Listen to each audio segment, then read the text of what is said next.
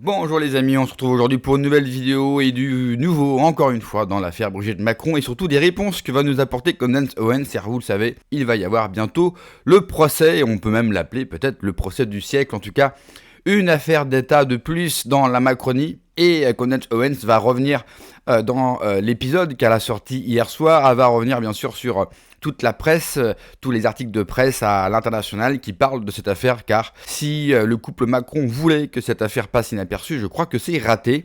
Et c'est une bonne chose, hein. Il faut absolument en parler.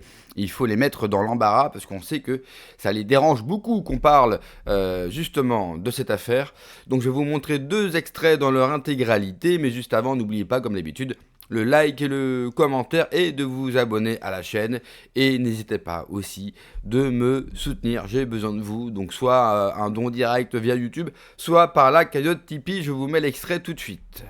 Il est indéniable de dire aujourd'hui qu'il est encore une fois victimisé, qu'il est terrorisé par la personne qui le persécute depuis sa jeunesse. Ok, les t-shirts sont là, Free Emmanuel, libéré Emmanuel. Je plaisante pas, l'estimation qu'on a eue c'est plusieurs millions de dollars et je vais aller jusqu'au bout. On n'a pas le choix que d'aller jusqu'au bout. C'est complètement dingue et maintenant on a compris, ce qui motive tout ça c'est de la pure paranoïa. On est en train de réaliser qu'Emmanuel fait tout simplement tout ce que Brigitte lui dit de faire. Il est obligé de le faire parce que sinon elle va lui en mettre une. Et Brigitte elle était sûrement là. Oh, tu m'énerves, va en jeu. Oh là là là là, Emmanuel. T'as plutôt intérêt de t'en prendre à Candace, c'est les Américains, hein, je te le dis. Hein. On sait très bien que c'est réel. Hein. Regarde toutes ces ombres sur le mur, elle va venir me chercher. Il faut vraiment libérer Emmanuel. Emmanuel, je m'adresse à vous. Si vous avez le droit de vous cacher dans un petit coin, que là, vous êtes juste à côté de Brigitte, vous êtes sur votre téléphone, vous regardez la série, on va vous venir en aide, on va vous sauver. Ok, bon les gars, je vais vous dire encore un truc à propos de cette histoire, qui ne m'avait pas vraiment frappé et ça m'échappe pourquoi.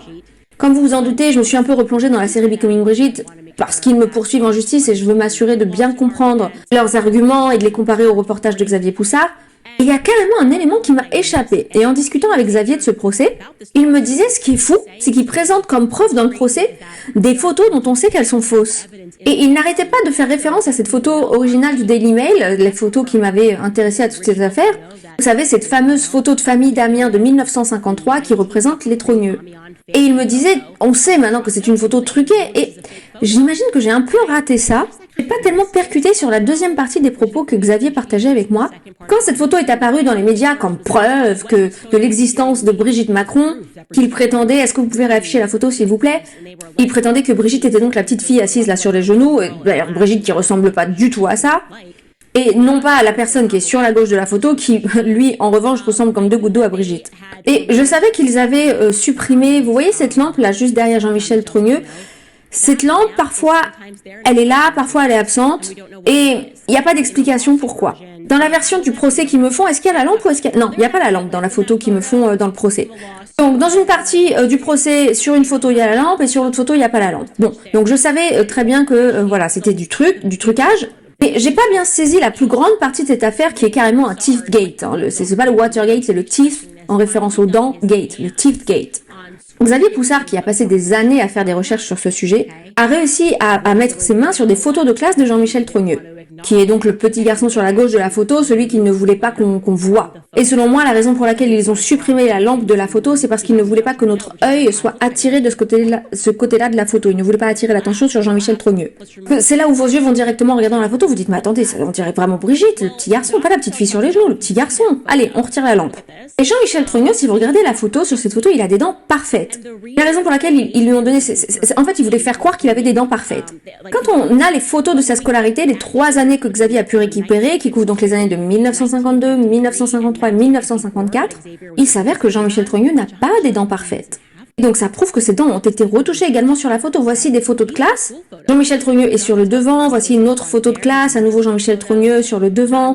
Et sur l'extrême droite de la photo. Et sur cette photo, il n'a pas la bouche ouverte. Et puis dans cette photo, je suis désolée, on aurait peut-être dû faire des cercles rouges sur la photo pour mieux les repérer. Il est donc sur le rang de devant à gauche, le petit garçon qui est assis.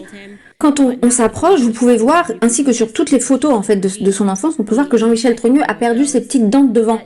C'est pas qu'il les a perdues, elles sont là, mais elles sont un petit peu tordues, je sais pas trop comment l'expliquer. C'est comme s'il y avait une partie de sa dent qui était cassée. Je crois qu'on a une 4e photo, n'est-ce pas? On a une 4e photo?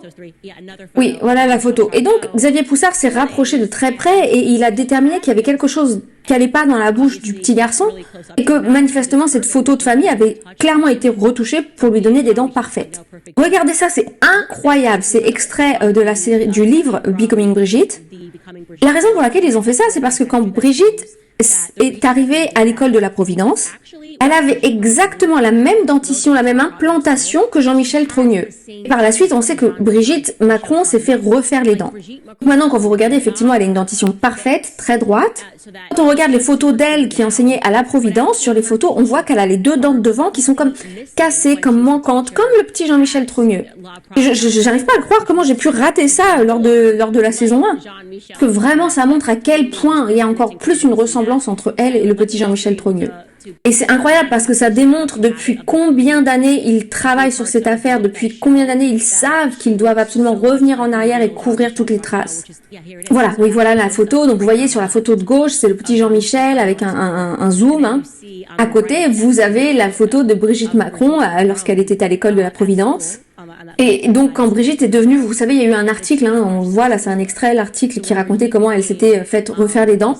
Et la raison simple pour laquelle elle s'est fait refaire les dents, c'est parce qu'elle ne veut pas ressembler à lui-même étant Jean-Michel.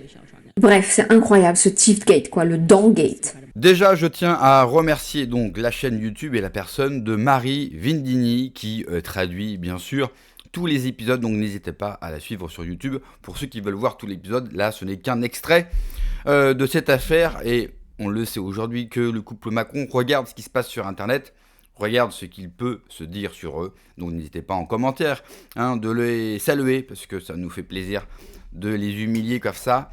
Je vais revenir sur l'affaire des t-shirts, des polos et de tout le business. Alors c'est très américain de faire ça, je sais que ça a pas mal parlé par rapport à ça. Il y a son procès, donc elle dit bah voilà, il faut bien que je me défende et que je fasse de l'argent face au procès.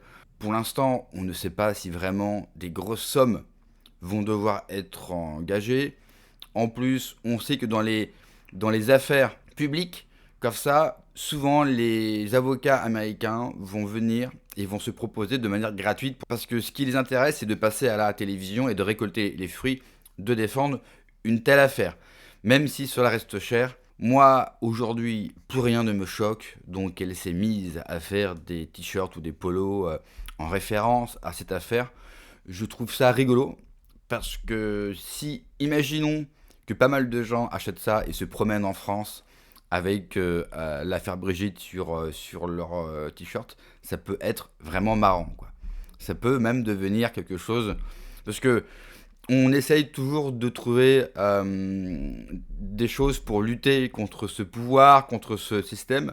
On peut déjà commencer par les emmerder, par les humilier. Imaginez Macron qui est en déplacement dans une ville de France et qui voit une dizaine, une vingtaine de personnes avec ce type de t-shirt, ce type de polo, même s'il ne dira rien face caméra, et quoique, je pense que ça l'emmerdera profondément. Ensuite, sur l'affaire de la photo retouchée, encore une fois, c'est étrange. Il n'arrête pas de retoucher, de trafiquer, il n'arrête pas de censurer des éléments. Pourquoi contrôle-t-il autant le passé d'une personne ? Si Brigitte Macron est Brigitte Macron, je ne comprends pas pourquoi il y a autant de contrôle sur son passé. Moi, ça m'interroge. Pourquoi faire cacher, dissimuler ? Enfin, je pense vraiment qu'il y a quelque chose. Alors, ça se trouve, c'est pas du tout ce que l'on pense.